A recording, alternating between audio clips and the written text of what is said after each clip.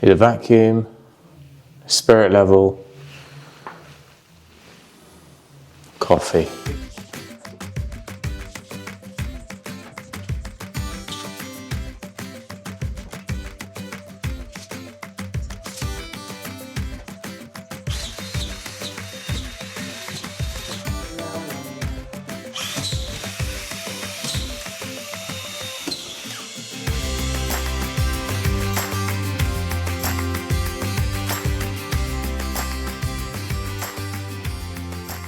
Right, time for a bit of explanation because it's all getting a bit confusing. I've missed out this section here intentionally, and the reason for that is we've got to put that duct in, and I know that's coming on Tuesday now, so I'm hoping that we can just put this leg in through to wherever we decided, and then we can get that board up and leave that terminal bit on the ceiling. That is a 985 with wiggle. Nice, things are square. We yet to decide on what we're doing for skirting boards. At one point we talked about doing a shadow gap, but I'm not sure our floor is perfect enough for that, and it just wouldn't look right. So it will be a skirting of some sort, probably painted. Therefore that 20mm gap at the bottom is fine. Now that is not enough. That's interesting. That's what I mean. The floor, so hopefully our ceiling is nice and level. The floor is just a little bit undulating. Unlike if you had a self-leveling screed put in with a tolerance is pretty good.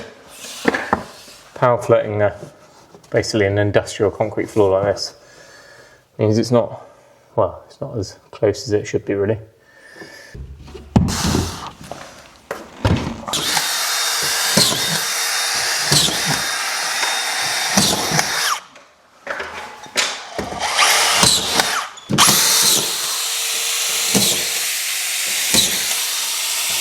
That's another mini session done. We're just going to have to keep chipping away at this. Sort of thing I can do in the evening, even if it's just 2 or 3 boards in the evening. And then I'm off to the brewery. Not for a social occasion, just for more grains for the pigs and for the sheep. But that's next. We'll be back in here this evening, I'm sure, getting a few more bits done. It's hot. How are those sockets looking? Good. Need to make sure that the metal can get through. Can you see that metal is stuck behind? So we need to cut it out a little bit more.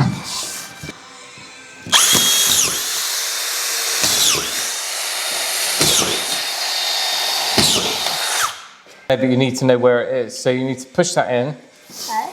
And you take that pencil and mark at 40. They're red, so it's easier. 40. Should have checked actually, because these are going to be. Should I write 40? No, it's fine.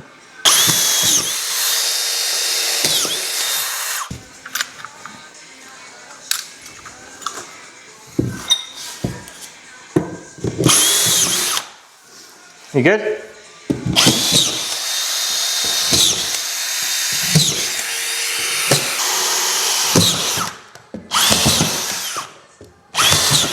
So that's going to go there.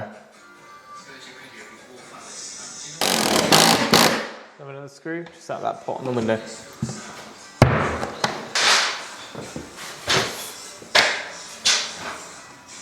That gives us something strong to fix our wall light to. That bit of wood. Is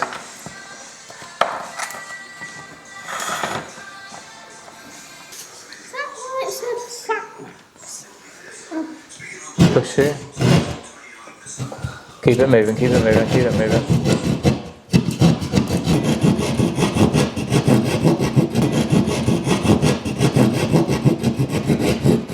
Nice. And then poke it in there and jab it.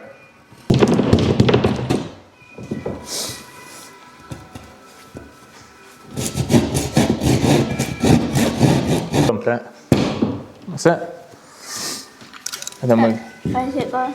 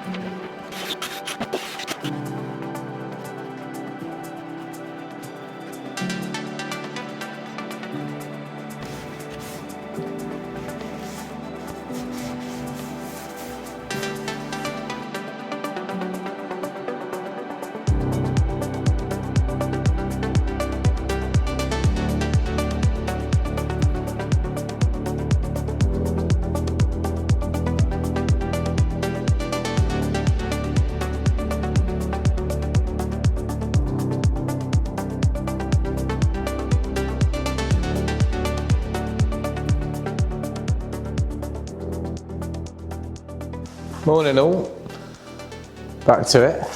This is the final room to get ready.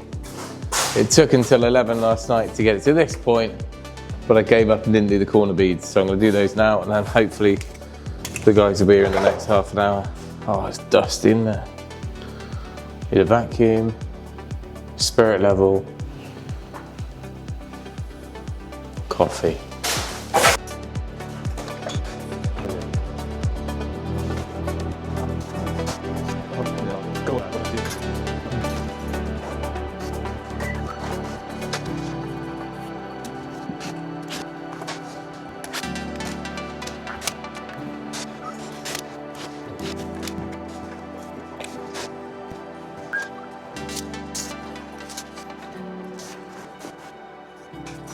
Right, how about this?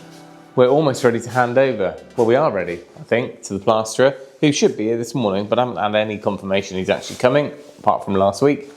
So all being well, this is what the priority is today. We finished up last night. We've been doing an hour or so each evening. Joe's been doing taping, going over for any stray screws, checking everything over. We've cleared down. We put some of the sheets down, which we kind of saved, so it'll be okay for skimming. And then when we come to, what I'm going to do is spray mist coat through these, in a week or so, and probably paint all the ceilings, and I'll use the airless for that. So I want everything to be masked up. So I'll leave this down, and then once we've done that, we've got nice clean canvases that we can then just park, and then I'll probably need to move a load of the tools and shelving into here temporarily while we do that room. But I think that's just the nature of it. We're never going to have a clear building to do the whole thing in one hit. Now there are a couple of little details I'm going to show you just around the window. If it works, we'll do it throughout the building. If it doesn't, I might need to rethink. So in this particular example of the window, I've got quite a snug fitting window. Well, obviously inward opening as well. So we need to think about clearances. Now if I'd done the same as I'd done on the door or any of the fixed panes, I would have been putting 25mm of PIR, then a board, then skim. So that's about 40mm. We just would have been too tight. If not, we would have been touching. It would have just been, not a good look. And obviously we paid a lot of money for nice frames. We want to see a little bit of that. But equally, that is another thermal bridge. So the less frame, the better. Because that's just one more exposed element going all the way through. And yes, there is a thermal break in these windows, but it makes sense to get a really good thermal break if we can. So we've probably reduced our exposed frame by about 50%.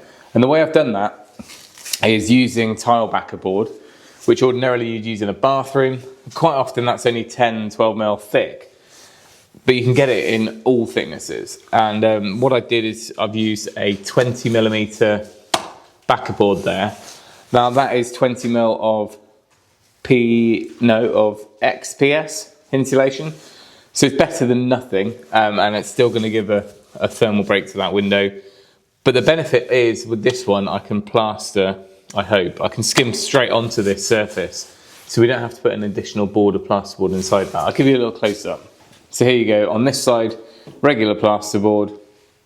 This side is the thermo backer board, or whatever we've called it. There are endless brands, and we're going to be working with a lot of this stuff as we work through bathrooms and the rest of kind of detailing around windows, and I might have to get a few different thicknesses, but that's the real reveal that's left.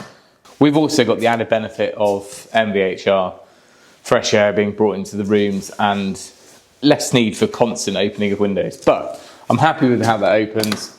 It's a good clearance all round. There's absolutely no chance that that's going to have any clashing. And then, of course, with our windows at a tilt, that's the nice thing.